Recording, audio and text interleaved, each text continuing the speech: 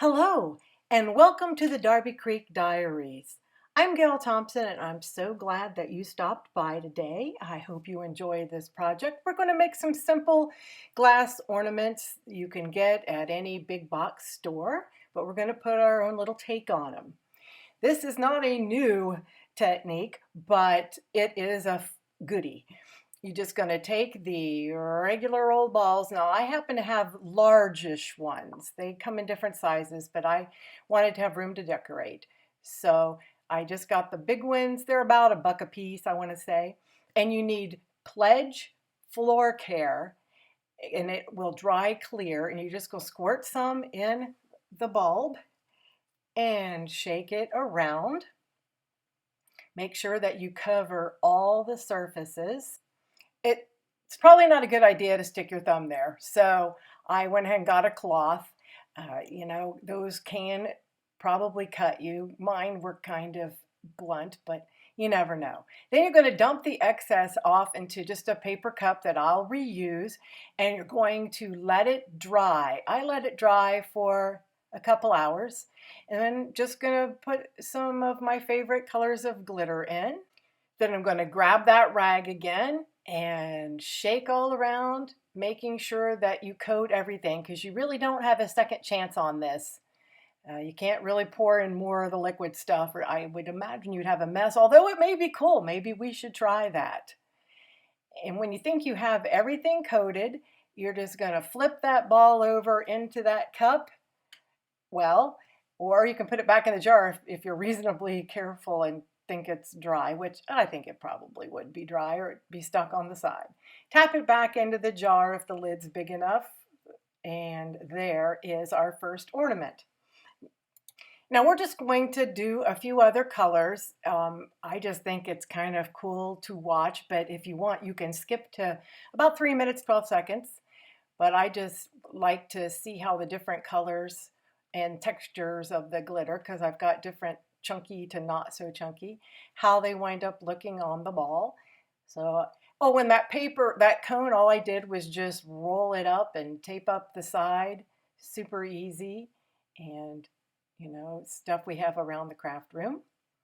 I really, really love this. I think it would be cool to do this and put something on the inside. I think maybe you could use acrylic paint, possibly alcohol inks, I think probably. I just can't remember off the top of my head. And now we're going to go to gold, which is always a winner in my book. Cannot have enough gold. You can't have enough glitter, so it's a winner, winner, chicken dinner. And I just noticed that I am using my thumb again, but these were not sharp edges, but I would not suggest doing it. I die cut several things. This happens to be Snowflake swirls from Hero Arts, and I'm carefully gluing each of the little pieces. It's pretty intricate, so it does take a while. I put one of the cups down, and I'm just going to kind of angle it up so I can see well and lay on my die cut. But I'm just kind of fussy, so it takes me a minute. But then I have what I think is a slick trick. Maybe someone else has done it, but I haven't seen it. You hold it on there for just a second, and then I grabbed some press and seal. And that way it can dry. The glue is going to dry clear if it happens to ooze out at all. And it didn't stick to the press and seal if it did. But I'm just smoothing it out, and I'm going to let it sit that way for a few hours. Probably don't need to do it that long. Now the next one is using the vinyl that you can get for your Scannicuts and your cricuts and that. And this is self-adhesive, so you don't have to glue it.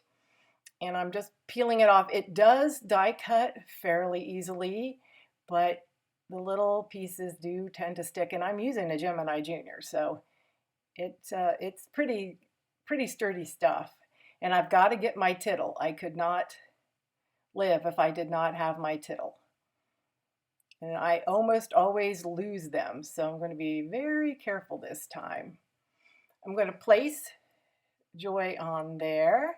kind of, before I remove the release tape, because I'm not sure if there's any wiggle room with that or not, but I didn't want to risk it.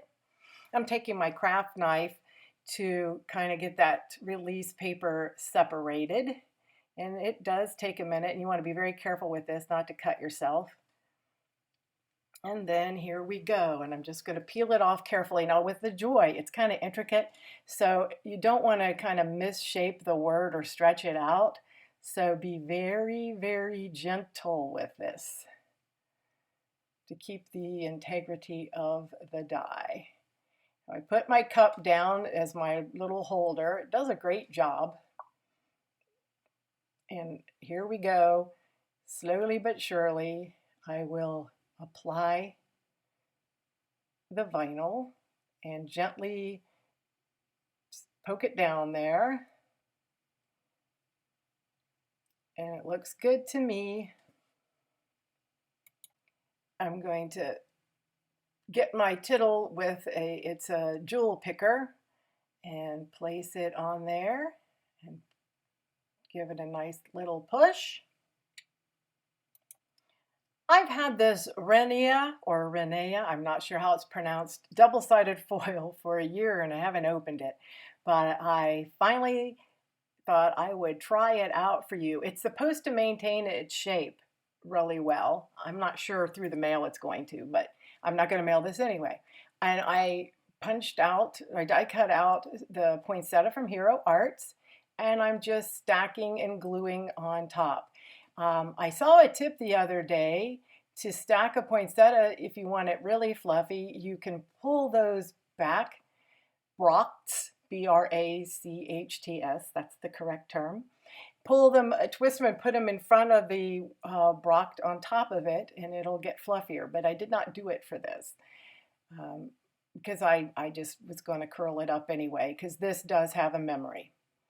And I'm figuring out where I'm going to place the leaves. Then once I have it where I think I like it, I just cut out a little circle to build this on, and that also gives you more real estate to glue when you adhere it to the ornament. And I'm just always in threes. That's the most pleasing to the eye. Unevens, it's the odds, it's the rule of threes or the rule of unevens. And just pressing them down.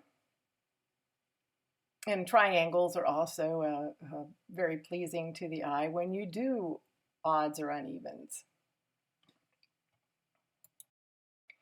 Then I glue the poinsettia that I'd already kind of piled up, and I just kind of staggered the brachts. And just going to glue that on top and give it a second to dry. Then I'm just going to take some gold foil. I die cut the little center, I guess those would be the stamens or something, and I just noticed that didn't stick very well, so I had to push that all down again.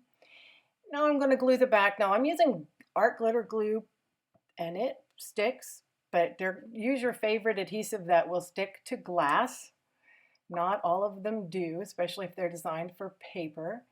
And I'm going to place this on there, and it's going to take a second. You need to just hold it and hold it and hold it.